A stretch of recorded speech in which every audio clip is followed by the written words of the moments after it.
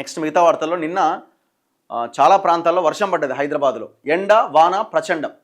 పొద్దంతా సూర్యతాపంతో ఉక్కిరిబిక్కిరి ఎండతోని, సాయంత్రానికి కొన్ని చోట్ల దంచి కొట్టిన వాన.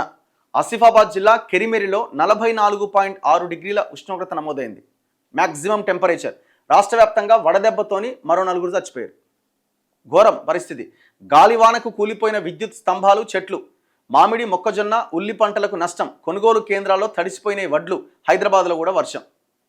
ఇగో హైదరాబాద్లోని పద్మానగర్లో నేల కూలిన భారీ వృక్షం, స్తంభం.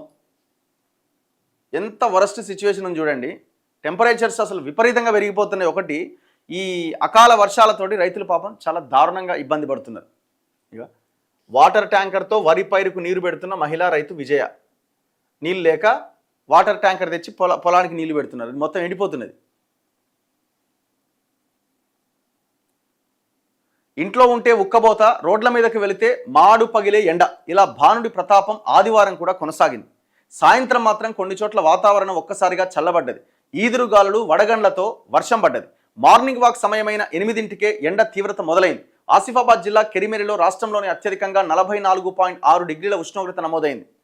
అండ్ నిజామాబాద్ జిల్లా బాల్కొండలో, నిర్మల్ జిల్లా దస్తూరాబాద్ మండలం బుట్టాపూర్లో 44 డిగ్రీల ఉష్ణోగ్రత నమోదైంది. నిజామాబాద్, జగిత్యాల్, నిర్మల్, ఆదిలాబాద్, నారాయణపేట్, సిరిసిల్ల, కామారెడ్డి, సిద్దిపేట్, గద్వాల్ ఈ 10 జిల్లాల్లో 44 డిగ్రీల ఉష్ణోగ్రత రికార్డైంది.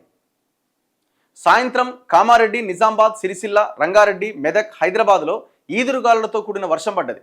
కామారెడ్డి జిల్లా ఎల్లారెడ్డి, జుక్కల్ నియోజకవర్గాల్లో, సిరిసిల్ల జిల్లా పెదుటూరులోని కొనుగోలు కేంద్రాల్లో ధాన్యం తడిసిపోయింది. వర్షపు నీళ్లకు కల్లాలు, రోడ్లపై ఆరబెట్టిన ధాన్యం కొట్టుకుపోయింది.